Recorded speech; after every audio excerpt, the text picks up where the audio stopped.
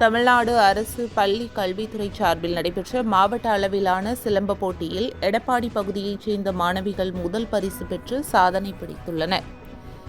சாதனை படைத்த மாணவிகளுக்கு எடப்பாடியில் உற்சாக வரவேற்பு அளித்து பாராட்டு விழா நடைபெற்றது. தமிழ்நாடு அரசு பள்ளி கல்வித்துறை சார்பில் மாவட்ட அளவிலான சிலம்ப போட்டி கடந்த வாரம் ஈரோட்டில் நடைபெற்றது. மாவட்ட அளவிலான சிலம்ப போட்டியில் சேலம் மாவட்டத்திலிருந்து சுமார் 100க்கும் மேற்பட்ட மாணவிகள் பங்கேற்றனர். இதில் எடப்பாடி பகுதியைச் சேர்ந்த 2 மாணவர்கள் மற்றும் 5 மாணவிகள் முதலிடம் பிடித்து சாதனை படைத்துள்ளனர். மேலும் முதலிடம் பிடித்த மாணவிகள் தமிழ்நாடு அரசு பள்ளி கல்வித்துறை சார்பில் ஜனவரி 28ஆம் தேதி நடைபெறும் மாநில அளவிலான சிலம்ப போட்டியில் பங்கேற்பதற்கு தகுதி பெற்றுள்ளனர். அதனைத் தொடர்ந்து மாவட்ட அளவில் வெற்றி பெற்று மாநில அளவில் தகுதி பெற்றுள்ள மாணவிகளுக்கு எடப்பாடி மக்கள், காவல்துறையினர், வருவாய்த்துறை மற்றும் மருத்துவர்கள் ஆகியோர் சால்வை அணிவித்து பாராட்டு சான்றிதழ் மற்றும் பரிசுகளை வழங்கி வாழ்த்து தெரிவித்தனர். இதனைத் தொடர்ந்து நட்சத்திர தகுதி நிலை சான்றிதழ் வழங்கும் நிகழ்ச்சியும் நடைபெற்றது.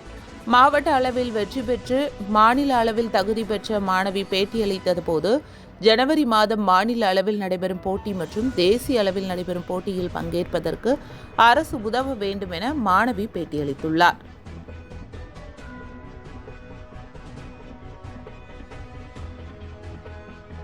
நான் ஃபஸ்ட்டு கவர்மெண்ட் மேட்ச்சுக்கு போய் டிஸ்ட்ரிக்ட் லெவலில் ஃபர்ஸ்ட் ப்ரைஸ் அடிச்சிருக்கேன். நான் மேலும் ஸ்டேட் லெவலில், நேஷ்னல் லெவலில் போகிறதுக்கு அரசு எனக்கு ரொம்ப ஹெல்ப் பண்ணும். மாஸ்டர் நான் ஃபர்ஸ்ட் ப்ரைஸ் அடித்ததுக்கு ரொம்ப ஹெல்ப் பண்ணியிருக்காரு.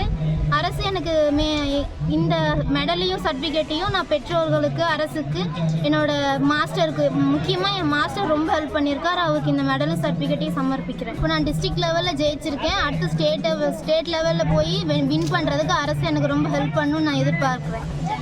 ஜனவரி 28 மயிலாடுதுறை மாவட்டத்தில் நடக்க போகிற இந்த போட்டியில் அரசு நான் வின் பண்ணணுன்னு அரசு எனக்கு ஹெல்ப் பண்ணுறதுக்கு நான் ரொம்ப எதிர்பார்ப்போடு இருக்கேன். நன்றி.